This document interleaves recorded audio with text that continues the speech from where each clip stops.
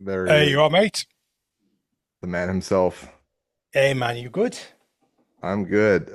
I love the Good, background, by the man. way, the backdrop you got going on. Oh, mate, I still need to but how yourself, mate? You all good? Yeah, tired from all the traveling, Top to man. be honest. I've been Yeah, yeah. all over the place like you. We got Chris joining here as well. Um, how's it over in the UK? You just got back from Hey, the shows Chris. over here, right? You just got home? Yeah, man. So where am I? So this weekend, I'm not going anywhere. I've got some people who are over in France to be doing the content for me. Well, other outlets that be sending me stuff. Next weekend, we got the Shrew Classic in India. So those guys are sending me over there. So I'll be there for the week. Then I'm in Spain for the Impro. Little break in Cyprus, then over to Portugal, and then we got potentially Atlanta. Wingstrip want me out there. Texas, Germany, Turkey, Olympia, and then we got a shitload of European shows afterwards. Are you going to Texas for Potentially, yeah. So Atlanta, they want to send me out there to report. So if I do decide to go, I may extend the trip for Texas as long as if Nick's competing, then I'll stay. If not, then I'm not going. yeah. And then I mean the Olympia will be upon us quicker than we realize, I think. We're getting Yeah, man. Well, look, man, we're in June. June will fly by. So, yeah, I've already booked my place. Booked my place yet last year for Vegas. Like literally Airbnb across the road, dirt cheap. It was like 500 quid for like 5 nights, and it was like across the Palms. I'm like, man, let me book that shit you can straight get away. pretty good deals depending on where you look. Like I remember when I did amateur Olympia last year and Yeah, we stayed. It was like what those hotels. It's like a mix between a hotel and Airbnb. It's like part of a hotel, but it's run separately. Like you don't get guest service or anything, or room service. But it was like $100 a night, pretty much. It was like 700 for the week, which was crazy. But yeah, you can find deals in Vegas. Um, that's it. That's but it. listen, mate, so it's great to have you. This is a special episode. And what I'm thinking for the episode is I want to start off with, your journey into what Beyond the Stage has become. I think something that's so commendable about yourself is that you have the humility to step back and really make sure the light is always shining on the athletes you're interviewing, the coaches, whoever it is, the judges. And I think it's your time to have some light on Suki and to hear a bit about what's going on with you. And, look, you've built a page at 10.2K posts, if I'm not mistaken. That's in a lot of posts, and I know it's pretty much a one-man show, but want to also learn about the process that you're going through to make sure you're getting all this content out at such a regular basis. To your background in bodybuilding, where did this passion for bodybuilding come from? Yeah, man. So basically, 2012 was I went to Body Power, which is a major expo back in the UK. No longer goes on anymore. But I went there for the first time. I met Greg Plitt, rest in peace, one absolute legend. Legend. Rob Richards, Ryan Terry wasn't a bodybuilder at that time. He was just more a fitness face with USN. I got hooked. And I remember I got myself in shape for a photo shoot. That photo shoot won this competition called Mr. Great Britain. And randomly got flown out to compete at Mr. International in Thailand. 2 weeks all expenses paid, and that's where I got to meet Ryan Terry because 2 years before that, Ryan Terry won the same competition. And we just got to know each other because a year later he won this pro card, and that's when I decided to take up men's physique. I did that for about 3 years. I was a notorious second place, never won a single show in my entire amateur career. I was never good enough to win a pro card, but back then men's physique was still starting. And we had those baggy board shorts, ridiculous when I look back at the pictures. So yeah, I did that until about 2016, until I kind of packed that in. I think my last show was with Flex Lewis Classic in Wales. And away from that, at that time I was sponsored by USN, who was a major brand in the UK, South African brand. Ryan Terry was with them. So got to do a lot of traveling with them. I was actually with Muscle Tech before that, with Phil Heath, going around Europe, which was pretty cool. And after that, I ran an independent bodybuilding show. So I love events. I love putting on stuff like that. So I did that as like a side project, but I always worked a 9 to 5 office role. So that went on from 2017 to 2024. Just office job, side project, independent bodybuilding show. Try and give back to the UK community. Try to do something different. And if I'm honest, and this is I'm going to talk about a bigger regret here. 2022 is when I start falling out of love of doing those independent shows Okay. because the NPC was getting bigger in the UK. I was struggling to get competitors. It was very competitive. And I was thinking about the idea about doing a media outlet. And it took me 2 years to finally make that into fruition, which obviously started in 2024. October 2024 is when BTS TV started. So, oh, coming up on 2 years now. So, Yeah, man. correct me if I'm Two. wrong. I feel like the last 8 months specifically, it's really taken off. Like, obviously, it's seen you around, but there was like a, it was a very drastic shift. Like, it was all of a sudden BTS is everywhere. Was that just natural growth, or did you change anything when, in terms of like how you were managing everything that caused Yeah, that? so I remember. So I started in October, and the NPC in the UK arguably isn't the biggest federation in the UK. It's another one called PCA. They have Yeah, like a PTA. show every single weekend. Yep. And there's about 14, 15 federations in the UK. So my idea originally was to do focus on the UK scene and report on all the federations. Now, I later realized that was a bad move because Yeah. that just meant you're trying to report on every single show. And the reality is, the engagement is much higher than on one federation than the other. So you're doing all this work, and sometimes you're not getting a return. And it got to a moment in May, Pittsburgh 2025. I got a message from a close friend who's a pro, Olympia champion over there. And he told me, like, you know what, certain people in the pro league aren't happy. Mm. At that point, I realized I need to make a shift.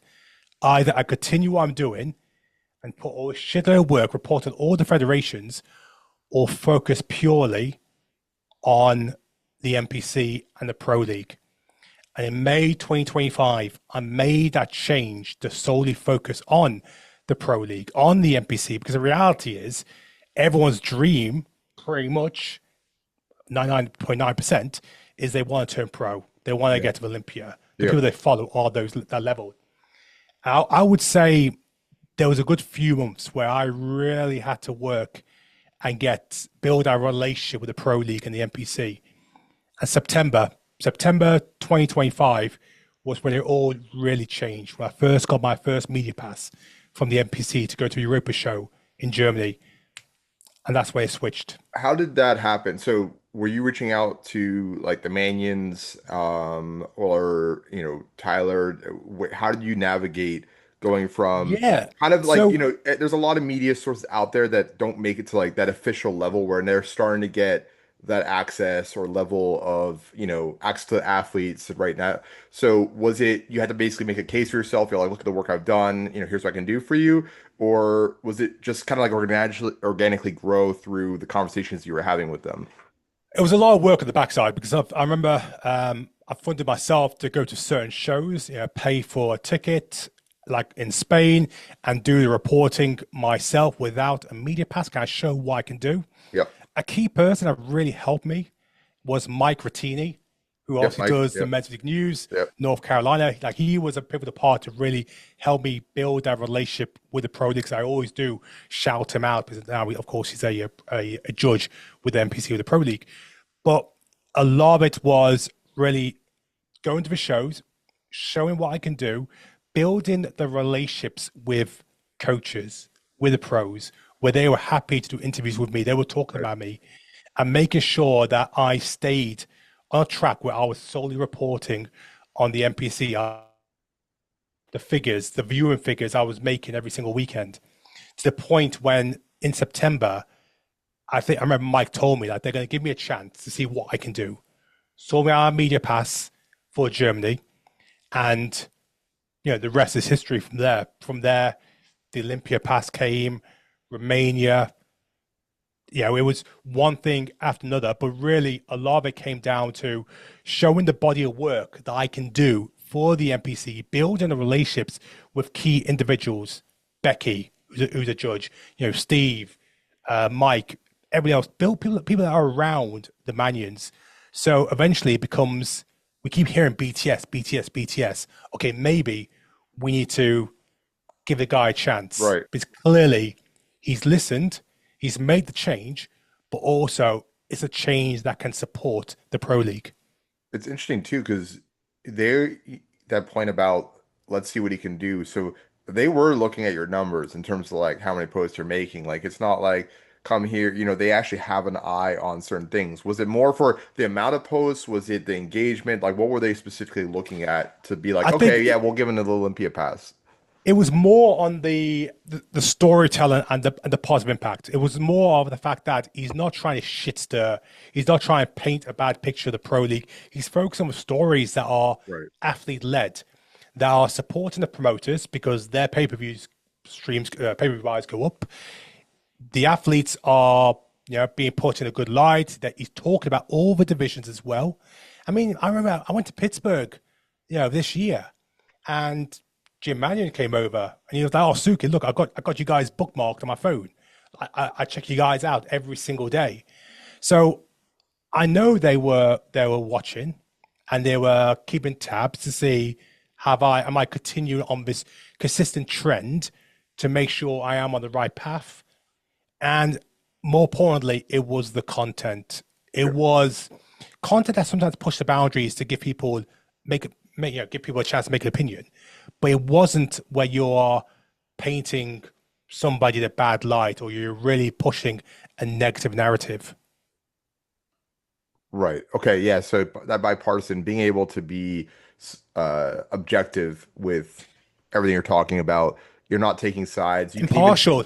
and Yeah. I think like, yeah, sorry, but bipartial. The way you navigate these conversations is pretty clear that you're you even if it's a like a Martin story, right? Like where it's clearly a sensitive topic at the time, the way you're able to talk about it, no one could ever pick like what side you're on, right? Like you give the facts and you're able to, or the issue with the on in UK where there was some pretty bad representation of our sport there, I feel like with some of the fans being rude to the other sports that were there. I think it was like was it like a Comic-Con? I forget what it Yeah, was. yeah, yeah, yeah, yeah. I know Um, what about. so I think that's an art because sometimes it's very hard to talk about a sensitive subject and not seep your point of view into it, right? Like that's a very hard thing to do to stay bipartial and take a step back.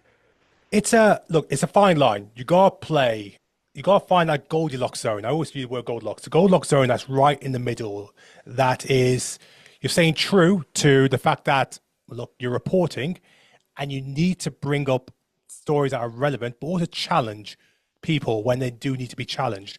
But at the same time, you want to keep these relationships. You want to keep these relationships with, like I just done an interview with Stefan, Martin's coach, to talk about Martin's return to Olympia.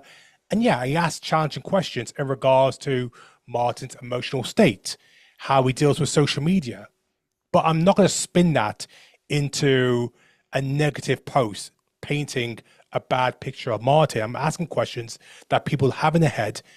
And I think over time, you can't, I can only ask those questions because now there's a trust that people have to see in me. They know what I'm about. They know I'm not there to try and catch people out. So that's happening in time. Like that's still progressing with some of the Yeah. athletes where I still need to try and build that trust. But that plays an important part and the credibility of BTS TV, where I can reach out to any competitor and be able to have an interview where they can be honest with me and knowing that I'm not going to just Right. kind of clip it in a way to make them look bad. Do you find it stressful?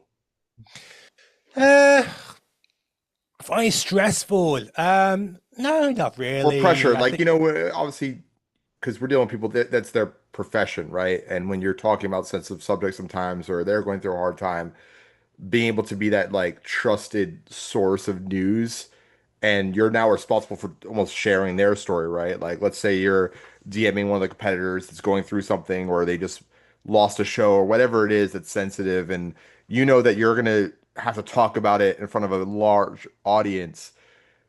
That doesn't feel stressful, or that just kind of, No, no, because I know that if they lost, it's a moment in time. Because I had loads of winning moments. It's the roller coaster of being a bodybuilder for where they compete. I'm going to speak to you at your lows. I'm going to speak to you at your highs, but I also know wherever we talk about, it still makes it's still painting you this authentic bodybuilder. I want to right. try to show the real you. So look, I mean, I've spoke to many people on highs and lows, and I try. The worst thing I can ever do is overthink something and then Hmm. stress like, oh, should I put this out? Should I not? Yeah, I think I've got myself in a rhythm where I know what to post and what right. not to. What not to post and let people just watch it on the channel, and what to post that's going to get people's eyeballs and get people to tune in. That makes sense. Chris, are you? I know he's having mic troubles over there. Yeah, Yeah, I you are, mate. apologize. But Can you hear me? yeah, you're good, mate. Spot on. Yeah, Okay, perfect. I just wanted to say just media in general is so biased a lot of the times that we always pick a side, but like you said, that's truly an art, and as a viewer, I do appreciate that. Yeah, exactly. That's it. I mean, look, I mean, on a media perspective, the reason why I can't build BTS TV as well is I felt, and you guys give me your thoughts here. I didn't actually think there was an actual bodybuilding media outlet that was around. And when I say bodybuilding media outlet, I'm not just talking about let's just report on the open, classic, and that's it. When I talk bodybuilding, I'm talking at least 75% of the divisions.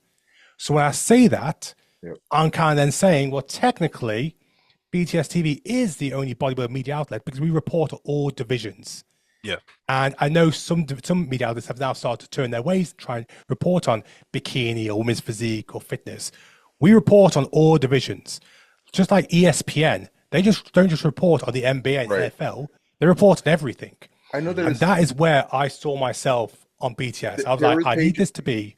Sorry. There are pages that, and I don't mean to interrupt, there are pages like buy buys and tries, right? Like things that would repost stuff, or they would share, but they weren't taking it to the level that you're at, where you're actually giving news. Like they're, sharing news, but I think there's a big difference between sharing news and providing news. Mm. Anybody can take a picture that Keon posts and then repost it and be like 3 weeks out. What I try and do, and I try and build a storyline, a narrative that leads to the weekend. Let's just use, for example, the Miami Pro Show, the Right. stuff I was doing with Amy Delgado and Laura Lee, Damien, Jamie. Like that was a storyline that built to the Miami Pro, which all of a sudden that crossed over to other divisions. Fans of men's physique were like, I want to see how this plays out. Laura Lee v. Amy, round three. That's why Bikini moved to the last division of the day because they knew pay-per-view is going to be highest for that one because the hype was built. And for me, a lot of it's down to building hype that supports the promoters, supports the show, gets fans excited. Fans, not just of that division, but all the divisions. Just like men's physique in Pittsburgh. Sean Clarida rocked up. And he was like, I'm more interested about men's physique. I want to see how Ali Bilal versus Aaron Banks go Right. than the open. So for me, whatever I try and do on the media side is how do I captivate audiences for other divisions on this division I'm talking about? It's storytelling at its finest. I mean, you're telling a story.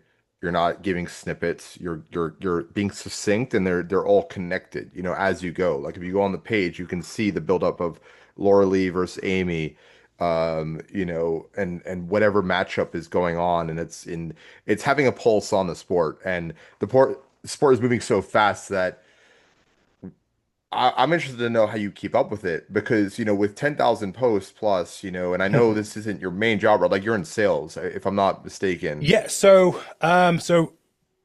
from last week, I worked a 9 to 5 job, head of sales for a international nutrition brand.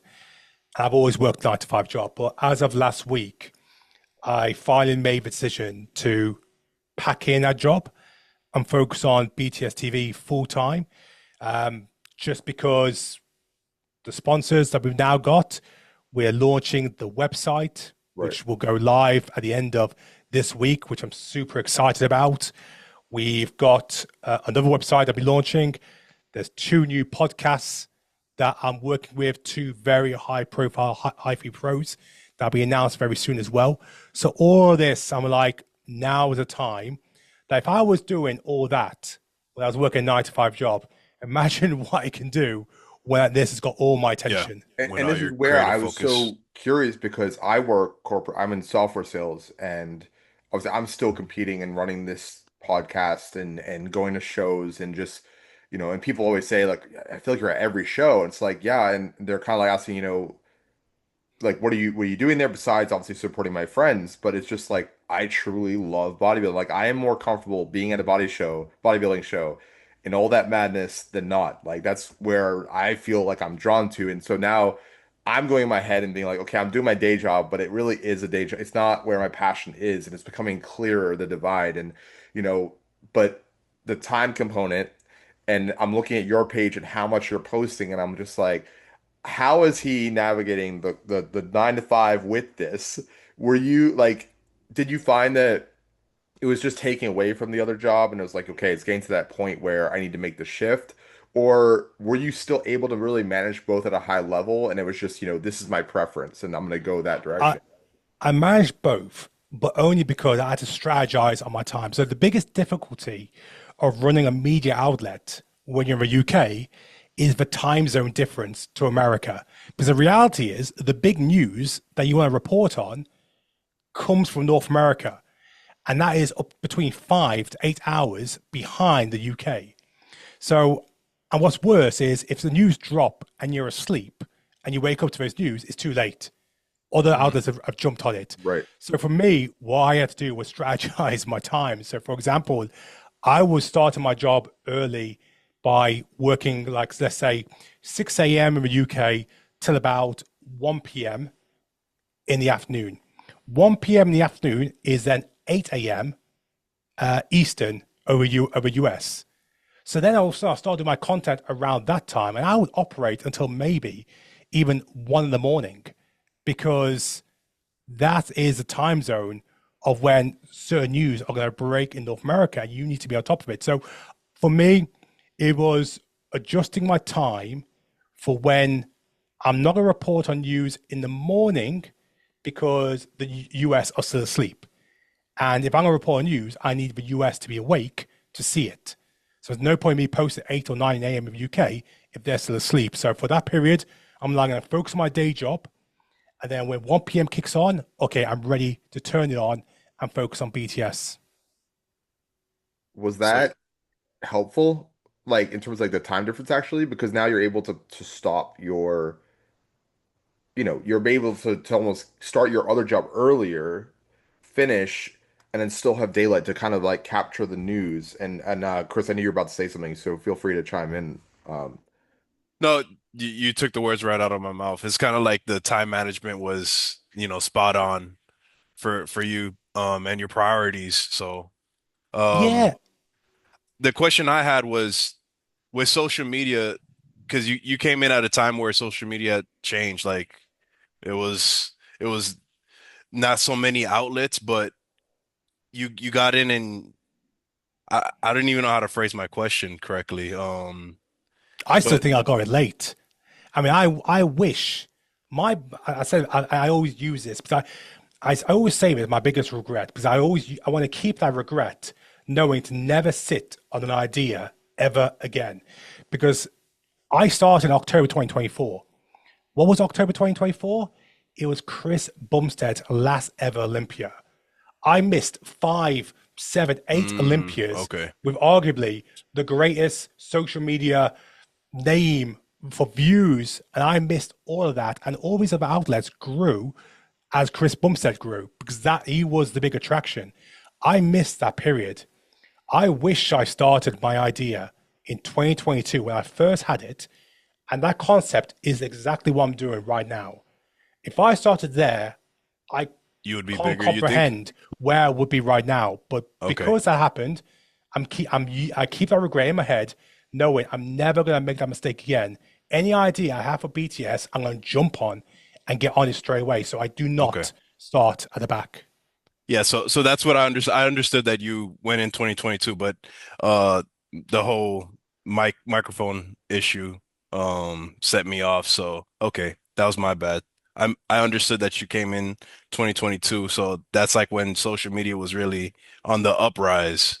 I feel like because of post-COVID, COVID made social media just a whole Yeah, different I even remember when I dynamic. started because my first show was in 2021, and like even then, like which wasn't that long ago, these men like really maybe Chris Bumstead, there weren't that many pros that had that like presence That online. platform, yeah. I Mm, don't think it became part of everyone's nature to post so many prep updates and all these and the back and forth. It was obviously social media was big, but I even look at my profile now, right? Like it's all about bodybuilding. And if I went back to 2021, it was a much more balanced profile, right? And like even when I played lacrosse for England back in 2016, like I don't have that many photos from back in that time. Like, and it wasn't that long ago, even though it's 10 yeah, years yeah, ago, but like yeah. it's crazy now, like to think what social media has done for the sport. And I always think that where would the sport be without social media? Because, and I don't mean this in a bad way, but if let's say social media disappeared tomorrow, how many bodybuilders will actually continue doing this? Because if you think about it, like I think, we only get a handful of minutes on stage, right? For the amount of time we're starving ourselves and putting this work in. And it's almost like Instagram has become its own audience in a way, like its own presentation, its own show that just is ongoing, right? And yes, you get on stage, but like your 100,000 followers or whatever are seeing your content every day. So I think it's created like you have a stage every day for whatever it is you want to share. And it's really interesting. And I'm going to say something a little bit maybe that you may not agree with, but it might have helped you the fact because no one, when Chris Bumstead was heating up and it was all about Chris, like it wasn't that hard to share that kind of news or storyline. You're coming in at a fold where no one else is really able to create the storylines you are with the athletes that are big, but not necessarily the Chris Bumstead level. Like Amy Delgado is a big name in the sport now, but in reality, like, did she have the presence that Chris did to have that storyline? But like, Amy's benefiting greatly by media sources like you because you're able to generate this hype between her and Laura Lee, and now Amy's just growing and she's starting to catch like a Laura Lee, for example, which let's be real, Laura Lee's probably the Chris Bumstead of bikini. Like she like is just adored by Yep. fans. And so maybe it's actually helped you that you came in when you did because I think the sport was lacking what you're providing right now. Well, not only that, but you're able to shine the light on the different divisions, like you mentioned. Like growing up in bodybuilding, we only knew one division, bodybuilding. And then Chris Bumstead comes along, and then, oh, now everyone wants to be a classic physique athlete, but it's not shedding the light on the bikini, the men's physique, the other categories, like you said. Yeah, exactly. I remember when I first started, my USP of it was I was taking clips from like YouTube channels or other podcasts. I'll take a clip and then use that as a content piece because that wasn't really being done. People were just taking posts from Instagram, but weren't really taking clips from their YouTube channels or other podcasts. And now it's progressed to the point where right now I can reach out to anyone and book an interview like I done with Stefan just a moment ago, who's talking about Martin doing Olympia. I could take three clips from there, use them as posts, and all of a sudden, the other outlets were reporting on the post that I'm doing because I'm getting the information from a source Right. rather than just waiting for them to post something. So, there has been a general progression of how the content created, but I don't know, man. I'm always going to look back at those years when thinking, oh God, man, I do wonder where I could have been if I had those couple extra years. But I'll tell you what, as well, one of my biggest, I mentioned two regrets. That regret was sitting on that idea. My second regret was I was doing a podcast in October and I just started the podcast and I had my phone and I turned it upside down. And I was like, okay, let me focus on this podcast. And there's a few of us, which are talking shit. An hour later, finished. And I turned my phone over. I was inundated with messages. I'm thinking, what the fuck have I missed? And I clicked on it. And the story broke an hour ago. And it was Chris Bumstead announcing he's doing the Open at Prague. And in that 1 hour, it's too late. Yep. All the other outlets have Like on jumped it. on it. Reached out, yeah. And I'm there like, say never again am I turning that phone upside down. Never. Like, Have you, because I've got notifications of certain people that are relatable to the shows right. happening in the next few weeks.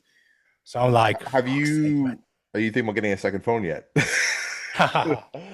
Man, Well, no, it, I just I'm maybe starting to, Gary, sorry, go ahead. There's a lag there. Go ahead. no, no, maybe that's going to be needed. But it's like I remember as well, like January last year. Was it last year? Yeah, last year. It was when it's about 11:30 p.m. UK. I'm about to go to sleep. And I'm like, let me just check my phone one more time. I checked my one phone one time, and then a post came up from Tyler Mannion. What was that post? Announcing the fifth model division. I'm like, well, I'm gonna have to stay up now for another hour because there's no way I could sit on this Now. because that's a change. That's a moment in history of a new division coming to bodybuilding. Yeah.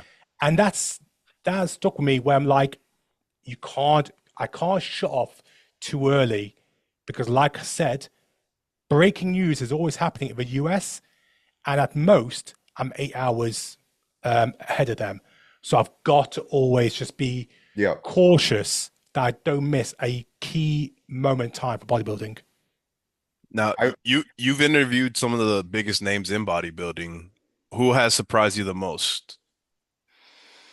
Who has surprised me the most? Oh God, I'm trying to think who has surprised me the most. To be honest, man, no one's really took me by surprise. I mean, I always love doing interviews with Ali Bilal. It'll keep it hunty, he's and he'll always he'll bring out gold. And he's a really good guy, man. I mean, without Ali, men's physique is not where he is right now in regards to popularity. The guy's just taking it to another level, just by how he is on social media.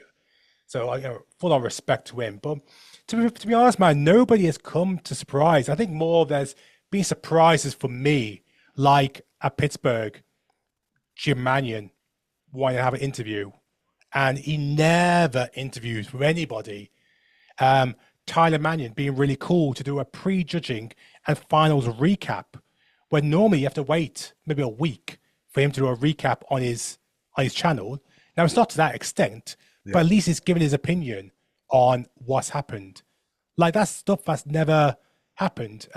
Same with other judges being really receptive to have interviews. That's never really been done before. So what's taken me more by surprise is then them being, just accepting my requests to Right. have these interviews and actually be able to share key information that's going to be relatable and useful to anyone who watches it. What I always say is this sport, we're in at a great time because the level of access is unprecedented right now. Like, for example, the fact that, what we've been able to do with the podcasts we have right now, like we had Brandon Hendrickson on last season. Yeah, man, And remember, and that was epic. it's and I come from different sporting worlds, and obviously lacrosse is still growing too and more of a niche sport. But like let's say, in football, NFL football, you're not gonna get Tom Brady on your podcast. Like you can't just DM a lot of these pro NFL players, NBA players, and get their news source or get their opinion. And obviously, there's certain athletes in the sport that are probably at that level, like Chris Bumstead, for example. Like, I don't, it's going to be pretty hard for you to get time with him unless you're at a certain point, right? But you can shoot your shot and still find success right now. And I think it is period. I don't know how long it will last because eventually it will get to that point where, an Ali Bilal and some of these, you're gonna have to go through athlete managers. You're gonna have to go through like they're not even to be managing their Instagrams anymore. Like I was talking with Sadiq the other day, like at the New York Pro, and he was just telling me about because he's gonna come on the podcast, and he was telling me, "Oh, don't worry, I check all my DMs for business." And, I'm sure some maybe don't run their accounts all the time, but we're at such an interesting time that if you're passionate about this sport, nothing is off limits. Yeah, I mean, look, I mean, I when I go to shows, I make a note of the people that I want to interview. I knew when I went to Olympia last year, I wanted Chris Bumstead to give me my recap of Classic Physique. What happened? I managed to get Chris Bumstead to give me the recap of the pre-joint Classic Physique. I managed to get Sam Sulek to do that for Classic Physique. I and that is just a lot of it is down to also planning ahead. I planned ahead by reaching out to the guys from Raw who were the athletes manager and eventually managed to link up and then give me the access. So a lot of it is you can get hold of the big names. It's about planning. You Yep. just can't rock up and hope that something's going to happen. I plan in advance. I plan every time I go to a show. I have a list of people that I want to target, and I try and plan in advance. Can I get some time with them? I planned it with Tyler for Pittsburgh. I planned it with everyone I reached out to, and that's always my way to ensure that I'm not wasting any opportunity when I go to these shows. We come from a sales background, so you kind of have to have like we kind of operate based on metrics. Like every time I go to show, I text Chris and I give him a list of names that I'm going to go talk to. Like but I learned going back to the comment earlier about timing because when I was sending you pictures from Miami, New York, and some of these other shows, I was like, and I was talking to my friend because she was like, well, your phone, like you're on your phone a lot. I'm like, I have to get these pictures to Suki right now because he's got to post it right now. Like, usually I take photos just to help out friends. I love Yeah, photography. yeah. It's been a passion of mine in the past. So I'm like, I'll give photos to friends after the show or whatever. But like if it's going to be a news source photo, I got to get it to you right away. Like if Samson's guest posing, well, you need that photo right now. I can't wait till after I get home. So that was the first, I think, time I experienced like the stress of timing and how important it is to get that job done in the moment. Um, Yeah, absolutely. I remember that show. I really appreciate you helping me out there. So thank you again. But I remember that show where I had somebody backstage sending me videos of like, make sure you get a video of when Laura Lee arrives. So it's like right. WWE UFC-esque and Yes. Amy. Then I got somebody else at the front who's doing some videos because they got there at a different angle. And you send me pictures. I'm all covered. And for me, it's about speed. And I think that's really then changed the ways some other media outlets have thought. They also now focus on speed because they know if you're not first, then you're just joint last. But that's like media 101. Yeah, everyone wants to do the breaking news, and sometimes that breaking news is wrong. But I mean, you have that skill of like, hey, let Bro, me, Arnold Classic Ohio was a trap that so many media outlets fell into. Not only well, obviously after the open finals, two stories were running. One story was about Martin, which of course Mhm. we posted that video, which then went everywhere. But another story, which I didn't jump on, was Harley Chupa's retired. Once someone posted, and all of a sudden, many media outlets are then reporting on Harley Chupa's retired. I did not jump on that story. I waited about probably 12 hours till I jumped on it because what happened? I reached out to the guys I know for Hardy's team because they already give me updates beforehand, saying, "Look, is it all true? Is it bullshit? Is Hardy Chupan retired?" And the story came from because someone heard from somebody else who spoke a different language. That's not accurate source. What is that source? So my source, when I broke the news, 12 hours later, Hardy is not retired. Fake news squashed, coming from the actual source. For me, what's important is, and I think a lot of media outlets lose massive credibility Yes, when they I was about don't to say check that. the source. Hmm. It's all good for going for speed, but sometimes there is a story where you're like, you know what? Come How do on. you manage that though? Like, how do you, because you're obviously you have to be on it, right? Like, if something like, oh, Fit Model Division's coming out, whatever, if you hear it coming from Tyler's mouth, okay, it's great. But like, if you're hearing things through the grapevine, like Hottie's retiring, what do you do to fact check with speed and efficiency? So those ones, like some of these ones, they just don't need to go out live straight away because really, if anyone's going any sense, they wouldn't post anything until it's actually accurate. So I'm fortunate enough to know a lot of people on all the teams where I can just reach out to them and Mm. ask the question about, is this true or is it fake? And there's so many times where I've done posts correcting other media outlets for posting incorrect information. What? Look at the other day. It was the Tonio one wanted about Tonio. Mines blocked Tonio. And I just WhatsApp Tonio and he was like, Suki, you know that's bullshit. Bullshit. Are you happy if I do a post? Yeah, go for it. I mean, obviously I do it. I'm the first one to do a post to squash completely. And then that media outlet takes out the post and do a new one. But I know as well, you can get away with it once, maybe, posting fake news. You do it twice, all of a sudden it's a pattern. And that's just something that I've always said. I'd rather wait 10, 12 hours a day than fall into a pattern where I'm perceived as doing fake news.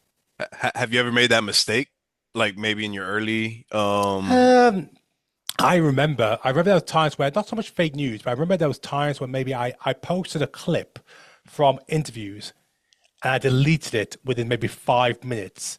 I remember there was one of Jeremy Buendia on an interview with Harley Rombard, and he was talking something about like his early years. Maybe it was like a with a new girl every other night or something. And I did a clip of that, and I'm like thinking, why the fuck did I do that? Yeah. That's nothing to do with bodybuilding. I took that shit down straight away, and sometimes I've made a mistake where I thought, oh fuck's sake, I didn't know that, and I got caught up on that's not news, that's yeah, TMZ, yeah, that's some not emotion, yeah. ESPN, Yeah. and I've made some mistakes, but I've saw it straight away. I removed it, and I've made sure I don't repeat that mistake. What's the worst thing you can do is make the mistake and then leave it on there because you're just farming for engagement. Yeah. I mean that's trusting your intuition too, and that's a gift in itself. So, Yeah, but that's it. Look, in the end, I care about the fact that I want to build my relationship with the pros. I want to get to a point where the pros reach out to me, like say, and some do as well. But they'll say, "Look, Suki, I'm going to drop this news next week. I would like you to break it first, share it first." And I Yeah. want to get that point when I can get that information. But there's an element of trust. There's so much stuff that I'm sitting on that I won't post because one, they've asked me to not post about it until they do something. And I think that that's an element which I do care about, that I want to be able to distinguish the difference where I'm on record or it's off record. If you want to Right. talk about off record, that's fine. I won't post anything about it. Just tell me that. If you don't, but I assume we're all good. And it's fair sometimes game. Yeah. Yeah. I will ask permission. But once again, it's a fine line, and it goes back to the point of building that trust relationship with the pros. But you know what? That's special because, when you're talking to a reporter, and I don't know if you consider yourself that, but you never know when it's what's confidential and what's, like, they're just waiting to drop that, or they hear a liner and they're like, hey, let me use that as the headliner and it's gonna make that person look bad. Look, man, the guys, the girls as well, they're not going to tell another pro, say, I just had a great interview with Suki. I really recommend him. But what they will say is, that fucking bastard Suki, clip that shit and made me look a dick. Guys, Yeah. don't speak to him.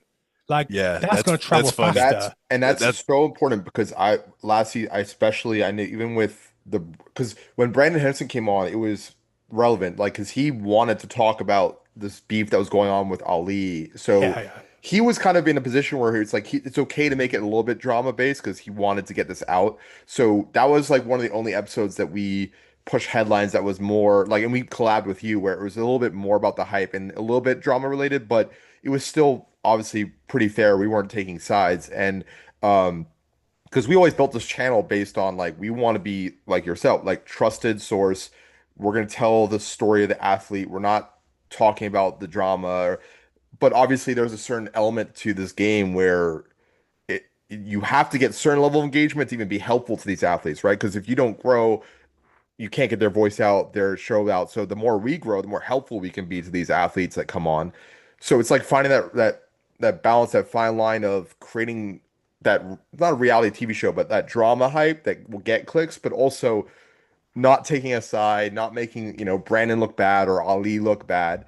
It's up to everyone else's opinions.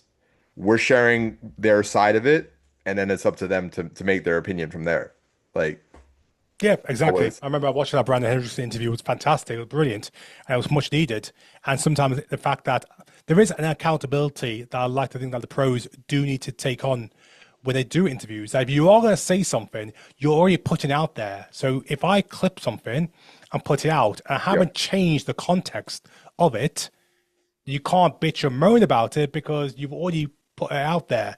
Take accountability now. If you chop and change it and make it something that's not, then yeah, that's when you cross a line. But Yeah. if you're saying that, you know what, I'm going to beat Ali Bilal and I clip that title, I'm going to beat Ali Bilal, then You can't get don't mad. bitch, don't Yeah. moan. You've said that. Be accountant to what you just said. Back yourself. But once again, don't don't don't take the context, don't mix the context of something and make it into something else. That's when you cross the line, and that's when you can offend the guys and girls.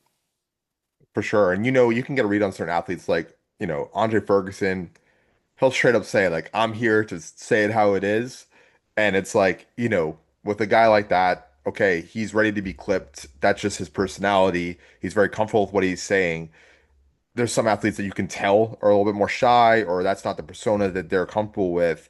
So it's that fine line of being very like perceptive. And it's hard because you want to truly listen to their story and what they're saying, but at the same time, you want to be like, even when I was running this podcast for the first time, like you're worried about things that you don't think about when you start to run a podcast. Like, is the recording properly? Is it angled right? Is everything good for the audience? But you're also trying to be in the moment and actually talk and listen. And it gets easier as you go, but there's a lot of growing pains in the media side of the business.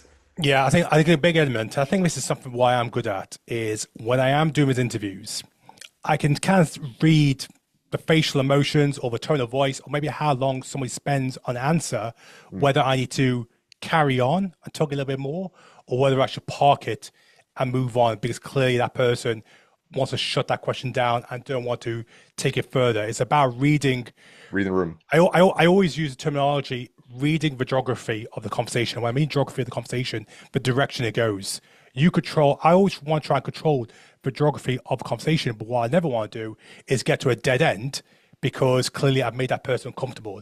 So Yeah. it's about controlling that to get to where I want it to be and not making that person uncomfortable to not be authentic or not speak on that subject. Hmm. That Yeah. makes sense. Well, I was a former police officer, and I Oh, think, yeah? yeah, I got medically retired. I got injured on the job. Okay. But reading people it's a special skill too. So those nonverbals, like you said, just like reading their facial expressions or whatever, and yeah, I think that makes anyone a great interviewer, you Yeah, know? man. Look, when I'm at these, the athlete weigh-ins or the meetings, I always like try and get some of these interviews. I remember, I'm sure he'll be okay for me to say it. It was at Pittsburgh. It was the athletes weigh-in and Niall Darwin, who of course UK, we're mates. Yeah. And I saw him coming out, and I was about to stop him to ask for a few words. And I kind of saw his face, and he had his headphones on. I was like, nah. Not the This is time. not the time. This is Not not the right time. now. And he Yeah. messaged me afterwards because he kind of saw that he must have, I didn't ask him. And he messaged me like saying, you know what, it's been a tough week. It's been a tough week with the Yeah. media, the South American media on me. So appreciate that. And we'll catch up after the show. So sometimes it is about understanding understanding the situation It's respect. before you It's speak to someone. respect. Yeah, you gotta be respectful. At the same time, I do want to get the interviews. I do want to get what's going on in people's mind leading up to the show.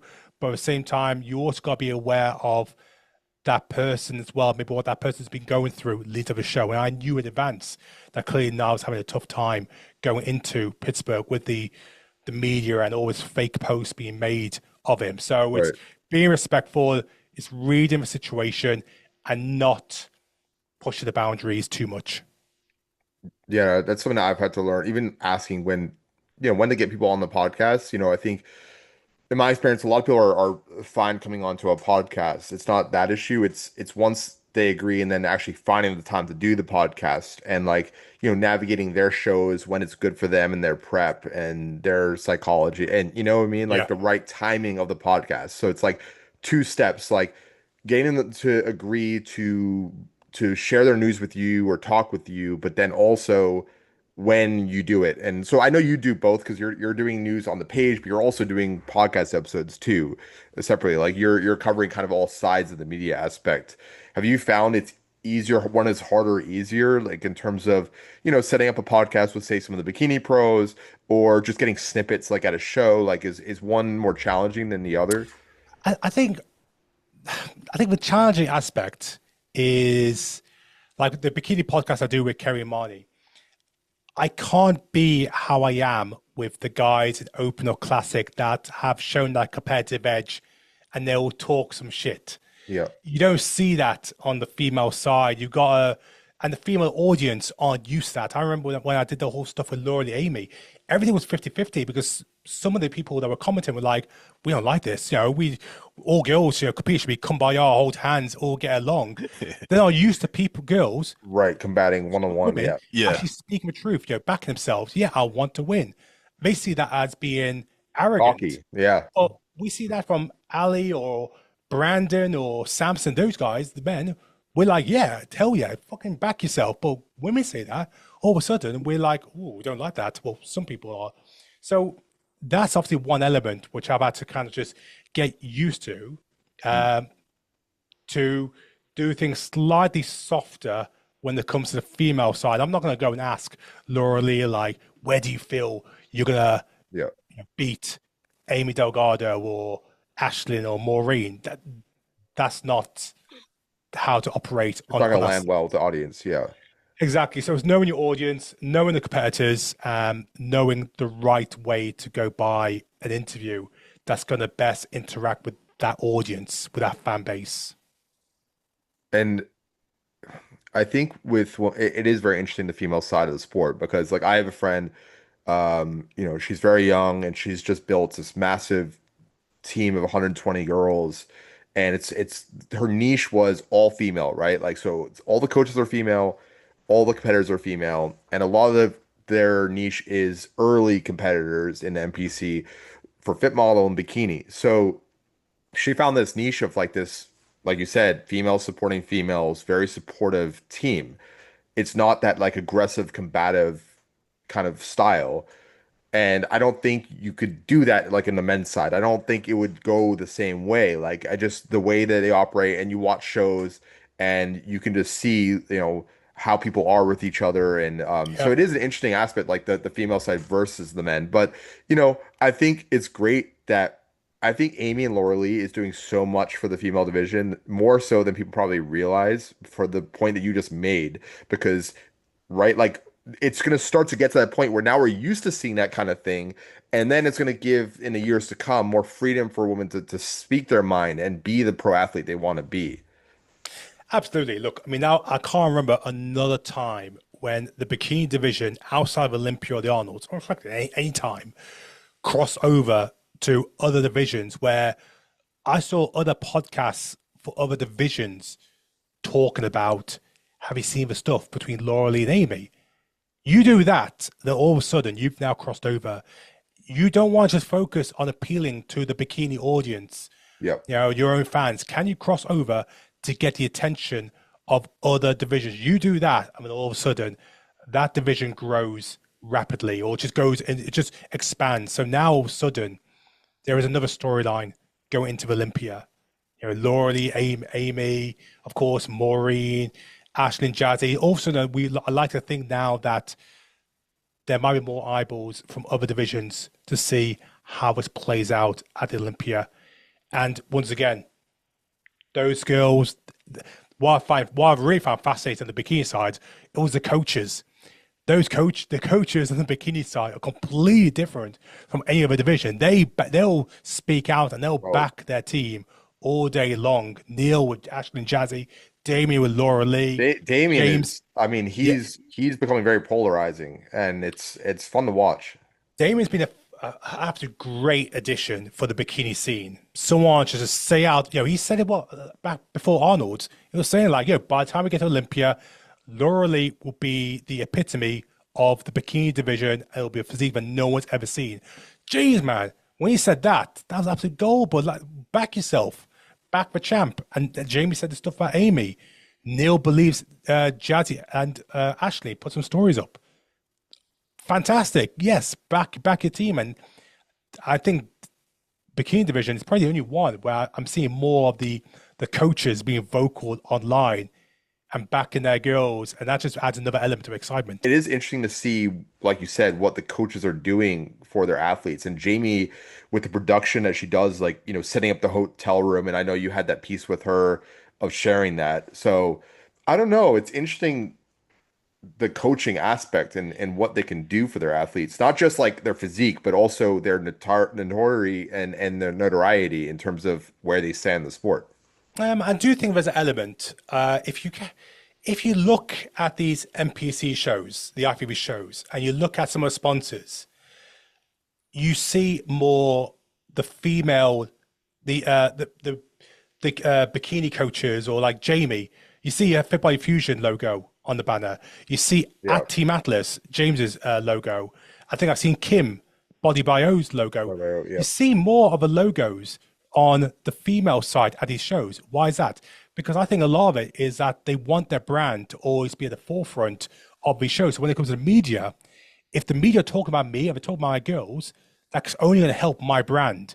If that video of Amy gets 50,000 views, that's 50,000 views aware of Fit Body Fusion, or 50,000 views aware of Neil Cash, if it's talk about Ashley Jazzy. So I think there's an element where we want to put the stuff out. We're going to talk about it, because in the end, it's bringing more eyeballs to my brand. And you can see that already when these brands are already advertising at these shows. I think it's because of that. Do you think that men's physique and bikini are literally carrying the sport? Like, if they disappear tomorrow as divisions, like, what would happen? It's interesting though, because like I'm in New York, right, watching New York Pro, and there was a lot more hype in the audience for the open guys and the classic guys. Now, it could be market based, right? Like New York is notoriously, like Long Island, New York, New Jersey, or there's a lot of open fans in that demographic, so that could be part of it. But online, it reads differently. Online, the hype is a lot about men's physique and bikini. Not that open doesn't get that attention, but it's a little more even, or at least. But then in person, but then in Miami, for example, bikini and men's physique were pretty hyped up there. So it's very interesting to see these shows where they're at, like which divisions are getting the hype or not. But like there is this kind of statement out there that bikini and men's physique are carrying the sport. Is that true in your opinion? Or do you think it's just a different narrative that's providing? I wouldn't use the terminology carrying the sport. I would definitely say that they are arguably probably the dominant ones when it comes to athlete participation and social media numbers, engagement. There's more names in those division that carries the storylines, that carry the narrative, that carries the engagement of views that are important to the promoter and to the federation itself, the IP Pro League. I do think in the aspect, give it another a year or two, Fit Model will absolutely dominate the scene. I mean, my God, if they're getting 35, 37 girls at the moment at a pro show in year one, 6 months into their pro debut, what's going to be like there next year or the year after? Right. Especially, seeing the amateur numbers skyrocket. I mean, it won't be long until that dominates in regards to athlete participation. Whether it dominates on social media, that's going to come down to the girls to build their following and actually speak up. I think look, men's physique, there's arguably more people, more of the guys there that will speak their mind than any other division. When will you ever see another guy or girl from any other division say, I am the GOAT? Only Brian Henderson said that the other day. Yeah. I mean, you won't see, Samson, Derek, or Dino, anybody say that, or one of the girls. But men's physique have always had that belief where, we're going to back ourselves. We're going to back ourselves to say things. And Ryan Terry did a post the other day, just 4 emojis of 4 trophies. He's coming out to say, like, in his own way. I saw that. I just, That's it. You know, he may not say it, he may not say it, but come on, what was that post about? That's 4 trophies. He's clearly saying, look, don't forget about me. Yeah. So yeah, carrying it's probably maybe not the word I would use, but just dominate in regards to participation in social media numbers. yeah. Those two are arguably the flagship ones. Do you think it's surprising that they're doing fit model at the Olympia so soon? Like, do you think it No, no should way. like, or do you think that was the right move? Do you think Absolutely, yeah? Because absolutely. They need to have a face of the division, not a Mhm. face, and also this of a look to take the division forward. It's a right move to have it on the expo stage, not on the main stage. Earn your stripes, and then we'll get you over there. So that's definitely the right move.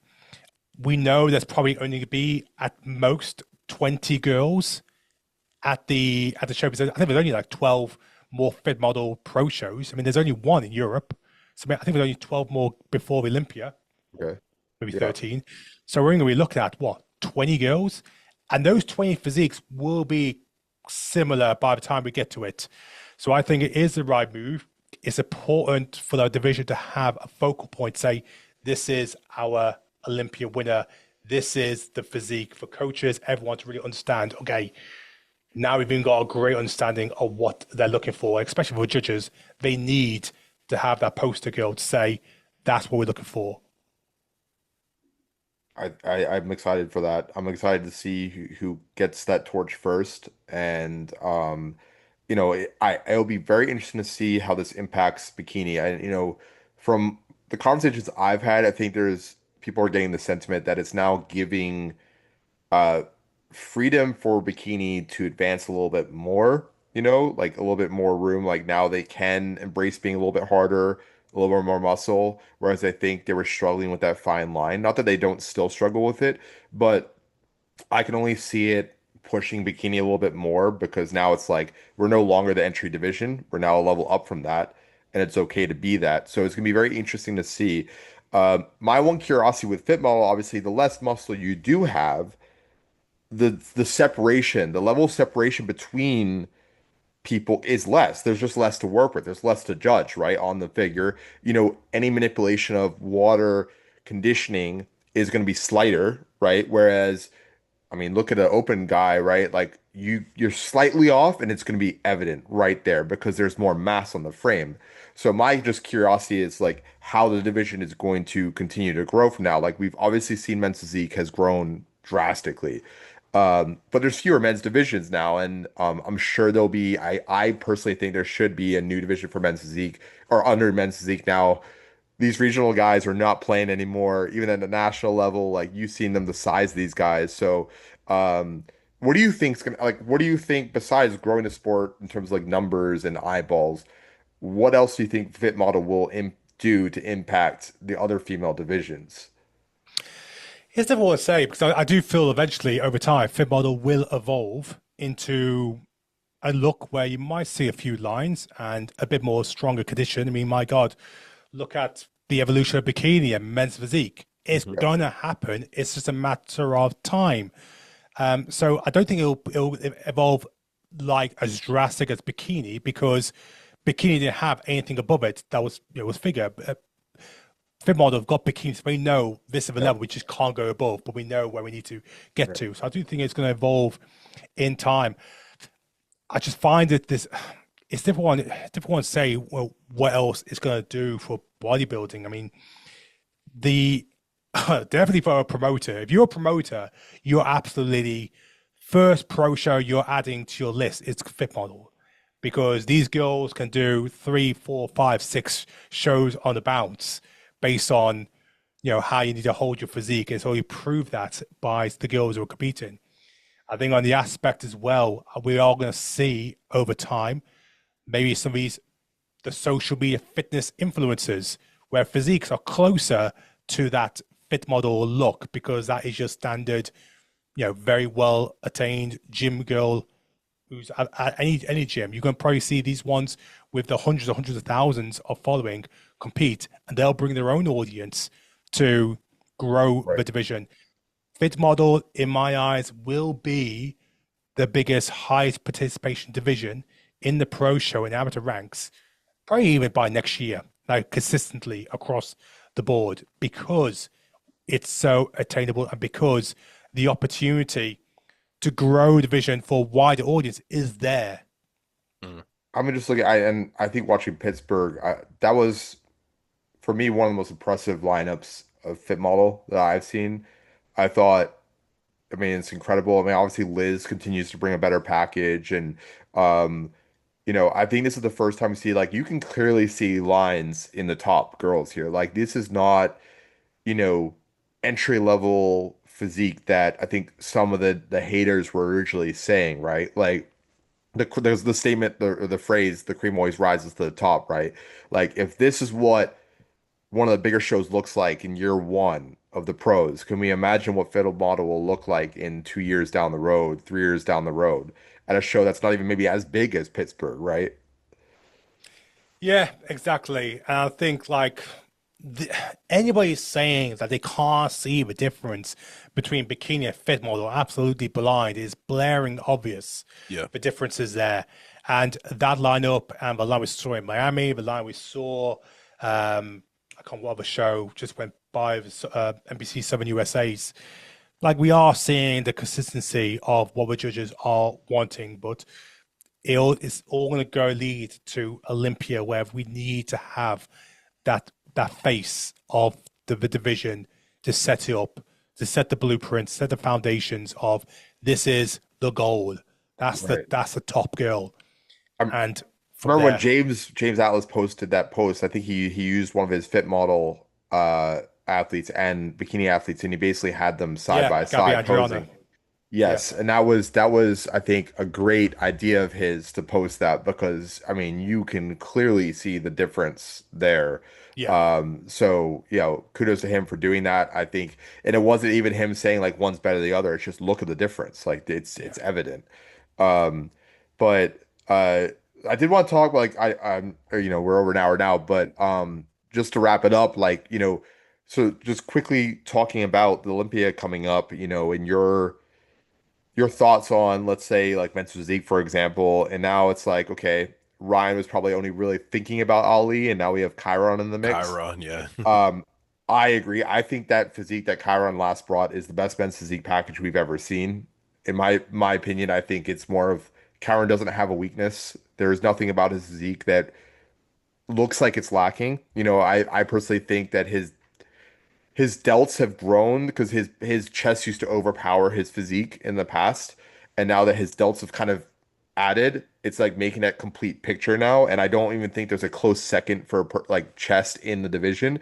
So, and there's this glow or pop that Ali's known for, and then when Chiron has that same pop or gloss to him on stage, it's very hard to compete with. So for men's physique, I mean, what are your thoughts? And I know it's your news source, so don't, we won't clip you. Uh, but what do you think, like, let's say Ryan would have to do to keep that title? What do you think Ali would have to do to make sure he's not even pushed to a third place, right? And then Chiron, like, do you see an area that he really needs to improve on, or is it more so just he just got to roll in the same way? I think look, the men's physique is definitely very intriguing. I think the element of Chiron, I know everyone's getting very excited. I'm excited about Chiron going to Olympia. However, I'm also realistic to understand the fact that that was the best ever Chiron we saw. That was at Pittsburgh. When was the last time we saw the best Chiron before that? It was 2023 Legion. Legion. So that's telling me that there is an element of inconsistency from Chiron. And when was the last time we saw Chiron bring his best two shows back to back? I don't think we have seen that. And if we're talking about the fact that his best before 2026 Pittsburgh was Legion 2023, that 3 year gap is telling me, okay, can Chiron peak just as good twice, Pittsburgh and then Olympia? That is the question. And because we haven't seen that be achieved, that does, in my eyes, gives Ryan a slight edge because he has been consistent. Yes, I do agree, I do think there is an element that obviously he's getting older. His physique maybe as not as sharp as what it was, but let's not forget last year, he still won a perfect score, and he was a move from a center pre-judging. So we know Ryan has the ability to always be consistent. He is fresh, and what's alien to Chiron is can he actually bring that? Can he handle the pressure that's going to be applied going into the Olympia? Because now he's to be talked as one of the favorites, if not the favorite in some people's eyes. There's also the element that lineup of judges, it's going to be the same lineup of judges at the Olympia. They've seen Kyron at his best. If he brings anything less, those judges are going to see that, and that could work against him. Mm. Now, going on to Ryan, I think this is the perfect thing to have ever happened to him. In 2023, he beat the reigning Olympia champion Aaron Banks. In 2024, he beat the guy that was coming through. That was Ali Bilal. 2025, Brandon Hendrickson returned, and it was to equal Brandon to be 3-3 of Olympias. Now in 2026, he's got another guy in Chiron. That is perfect when it comes to legacy building. To say you've always beaten the best in that time. So for Chiron to come and not just to be another Ryan vs Ali Bilal conversation or Ryan vs Brandon conversation, that could only, and I speak to Ryan regularly, that could only be another level. He's gonna go up. He's gonna go up another level because now he's got another guy to take out that he hasn't faced before. Mm. But he has the experience of being consistent. He's got the 3 wins on the bounce, beating the other 3. And we can't forget about his to this man to the right of him, Mr. Brandon Hendrickson, who, I mean, let's be real, his front shot is still there and it's actually getting better, which is scary. And in terms of his back, it's interesting to see what he can pull together, for the Olympia. I think Ali, I saw it in person and his back has clearly grown. Ali's back has clearly grown. So I also wouldn't be shocked to have, Brandon as a consideration for that top three either. No, absolutely. I mean, look, mate, he's a consideration for number 1 spot, 100%. I mean, this is a complete different Brandon than what we saw last year. Now, of course, he's in a far better place. He's even said Neil Hill is in a far better place with Brandon for what he said in past interviews. Brandon is 1000% a joint favorite to take the title. What we saw at the Arnold was absolutely incredible.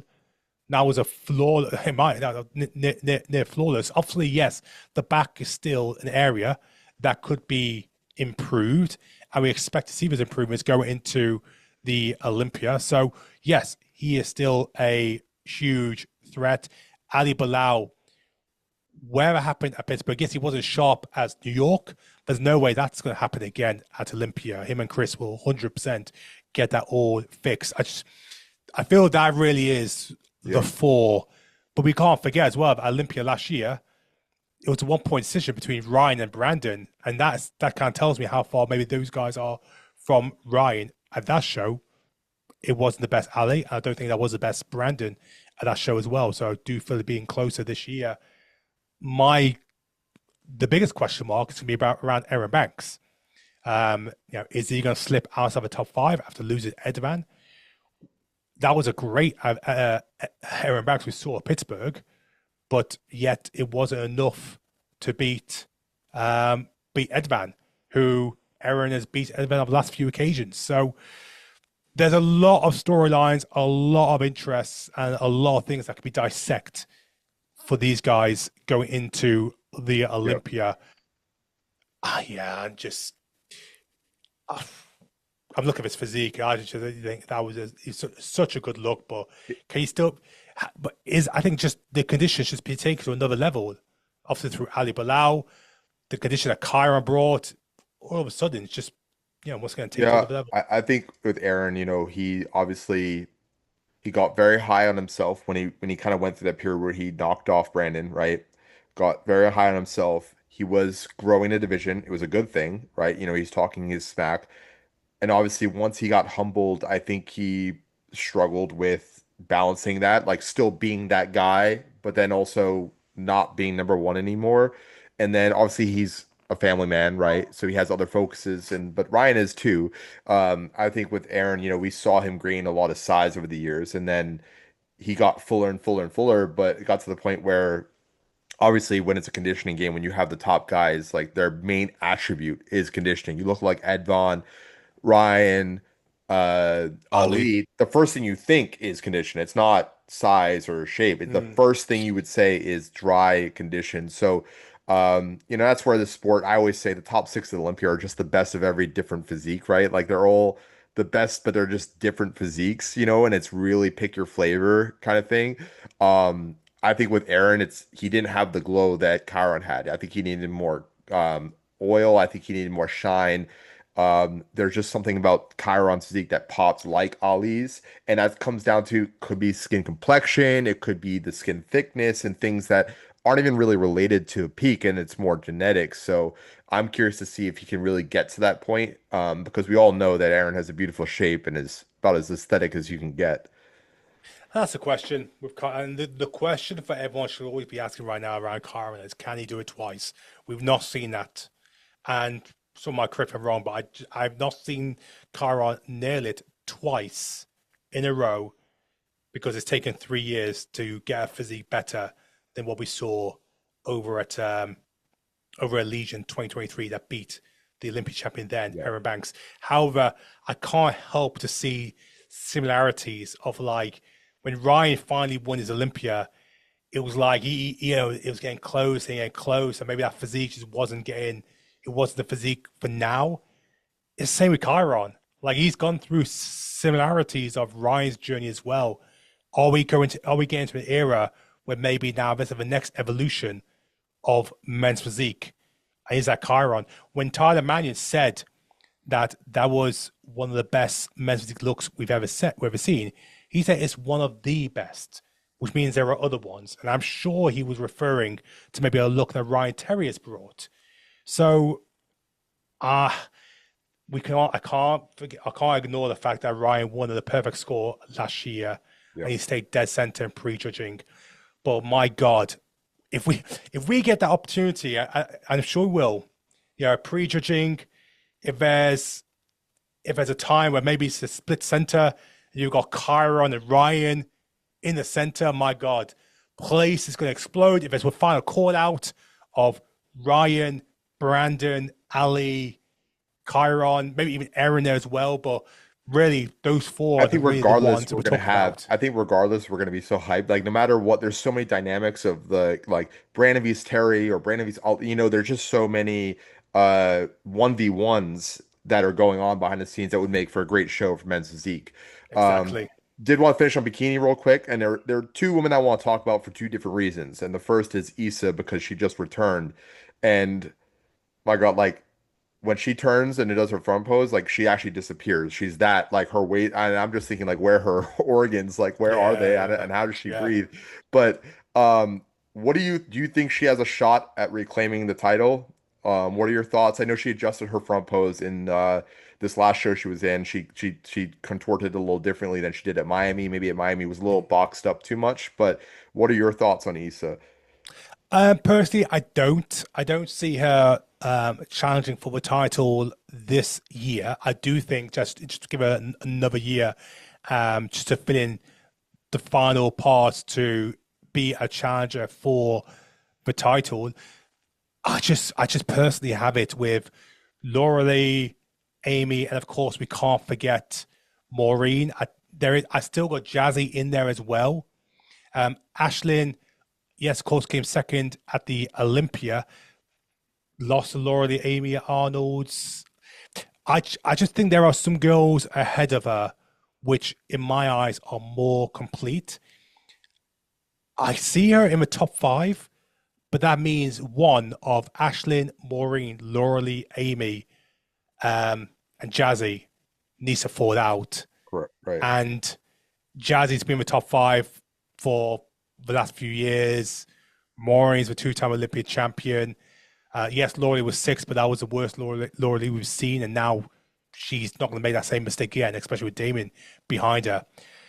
It's the bikini one. I would say is just the far more intriguing one in regards to what that top five, top six is going to look like. Because we haven't even talked about Ashley Colwasser, who's remained in the top five for the past, God knows how many years? Second in 2024. This one, I just Yeah. honestly, if people are doing if there's any division where people are going to do predictions for, this is the one where it's going to be all over the place.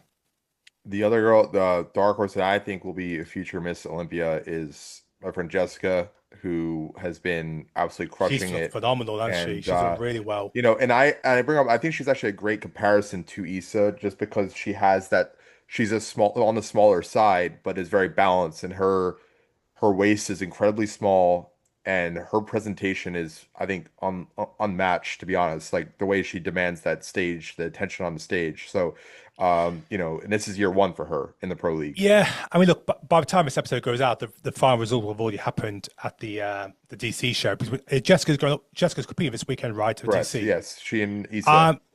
I'm interested because really Issa wasn't challenged at the Optimum Classic. This is going to be a challenge with Jessica. I think it definitely was close at Miami. I think, you take away all the excitement at Miami was, Issa's returned. There's a lot of buzz, a lot of excitement. Now we're going to be a couple of shows in. I'm excited to see how this one plays out between Jess and Issa. Absolutely. It's gonna be exciting either way you slice it. And but Suki mate, I really appreciate you coming on with us.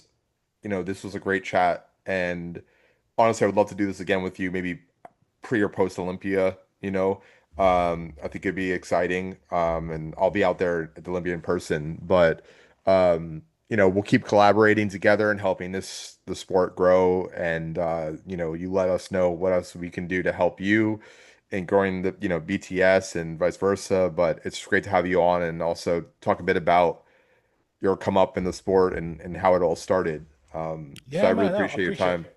Anytime. And yeah, anytime you want me back, 100%, always happy to support. Like I said before, the interview you did with Brandon last year was fantastic. Really appreciate your support and giving me the pictures from Miami Pro Show. You didn't really have to do that, but you did, so I really do appreciate that. Yeah, no, I'll let you know in advance the shows I'll be at, and also the guests we have. Like if there is content that you need, or I'll give you a heads up when we have some of the big names come on, just so that you're aware, and it might fit with timing of some of the. And if there's certain things that you want sliced or asked, just feel free to let me know. I want to leave, and I hope you don't get mad for sharing this, but Go on. we can cut this out, but we got to talk Fucking about this hell, one. man. Oh, jeez. I found How it. is these ones still there? We had to share this because I think people have to I laugh respect it. that Suki, yes, abs are there. Okay. He knows what he's talking about. He's Steady. but I thought this would be a great way. Is there a worse one? There's a couple The of top left, really bad ones. the top left This one. is That one just, looks I interesting mean, right there. I mean, so if anyone's wondering, Suki, he he walks the That talk, was that was and 2012. My God, 14 years ago.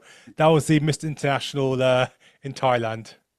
yeah, it's I don't incredible know the way what that. that Power Ranger outfit was or whatever it is. I don't know either, but it works for you. But hey, and you got the quads to go with it. But it's Different crazy to life, see where man. this sport has grown. I remember I went to the old Body Power Expo in 2016 in Birmingham. Um, and I remember guys like Callum Von Moger and Bradley Martin, were kind of carrying it. And I remember.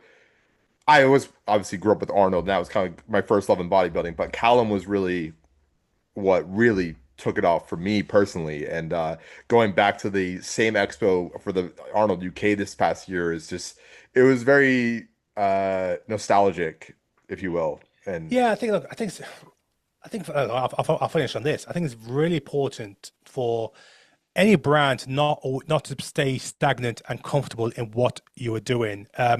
We see some of the media outlets which just have done the same thing year on year, and now aren't doing anything new. Now they just get forgotten.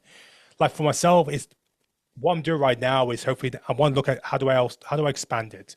That's why we have the BTS TV website coming out because right now I can't just rely on what I'm doing on Instagram. If people miss by one day, they miss 10 or 12 posts. But the whole point of the website is now people can just filter. If they want to say football news, they can click football and bring all the football news. We have a directory for coaches, which can be completely free. We I've just so happy to share this as well. But myself and Flex Lewis, we're about to bring back straight out of the Lair podcast. So we're going to do that Oh, together. nice. I've just signed a new multi-year deal with Gymshark, who've now supporting the brand. Exactly, that's what Had we're to. wearing, man. Yeah. We're going to support the brand for the next few years as well. So long-term partnerships with them.